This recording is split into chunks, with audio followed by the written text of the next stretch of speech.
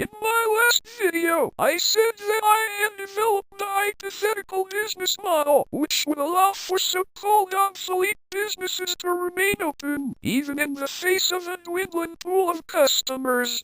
This video will outline it. First off, the location must do everything in its power to limit expenses. This is a given. Due to zoning laws, many businesses are required to have electricity and water inside of their buildings. This means that, in addition to rent or the payment on the building, utilities factor in as well. If you believe that your business will require internet access, you need to add that too. Internet access is not necessarily needed for, say, an arcade, a drive-in movie theater, or video rental store unless you wish to allow cashless payment options, at which point it becomes necessary. In addition, you must find out how many employees you will have and how much you wish to pay them at any given time for their work. The federal minimum wage is currently $7.25 an hour, but many states have raised this as that is not a livable wage in the face of rising cost of living. Regardless, if it is just you or someone else working, this will make crunching the numbers easier. Now that you have a rough idea of what payments and business expenses will be needed to at the very least keep the business alive, we can get into the hypotheticals. I need to cover my ass a bit. Nothing after this should be considered financial advice, investment advice, or anything like that. I am simply saying how I would run a business that is deemed obsolete without destroying it.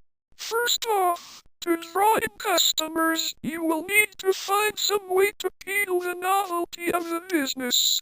An arcade is easy enough. A movie rental store is a little more difficult. Most movies can be readily found on streaming services or piracy websites, unless people have dedicated video home systems in their households. Regardless, the novelty of it all can be a good advertising point. Secondly, you could use the inherent strangeness of, say, opening a video rental store in the modern day to get money from the internet. Either through mail order rentals, or merely through hosting a website with an AdSense account linked, or through strategically crafted viral marketing with ads running next to the videos on applications like TikTok. I don't like it either, but you are going to need to get some money coming in somehow. The main method of keeping an abnormal business afloat, were I to try doing such a thing, would be the conversion of the profit in the short term into assets, which will continue generating income for the business into the future. There are a small number of stocks on the market that pay out monthly dividends. There are a couple of ETF funds that will do the same. ETF funds will diversify the portfolio among several different stocks while paying out dividends.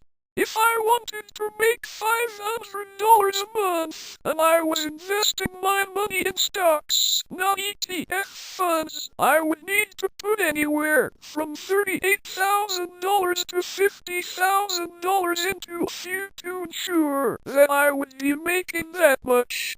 Running an entire business, the monthly expenses would certainly be higher, especially if the building was leased or still being paid off. Regardless, I would do my best to continue converting short-term profit into long-term stability. The taxes on said dividends are a little strange, to my knowledge. Do your own research. Limited liability companies can hold stocks and the dividends paid by these stocks are counted as taxable income. I do not know if long or short-term capital gains taxes apply to companies. Maybe factor in paying a professional to do the taxes to keep the IRS from fucking up something good.